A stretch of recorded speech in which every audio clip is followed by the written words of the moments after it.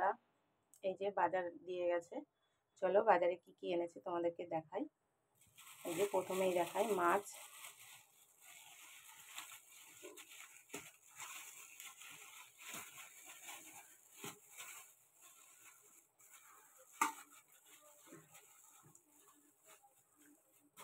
এই যে মাছ দিয়ে গেছে, এটা হচ্ছে চেলা মাছ দেখো। আর এখানে এনেছে লোটে মাছ।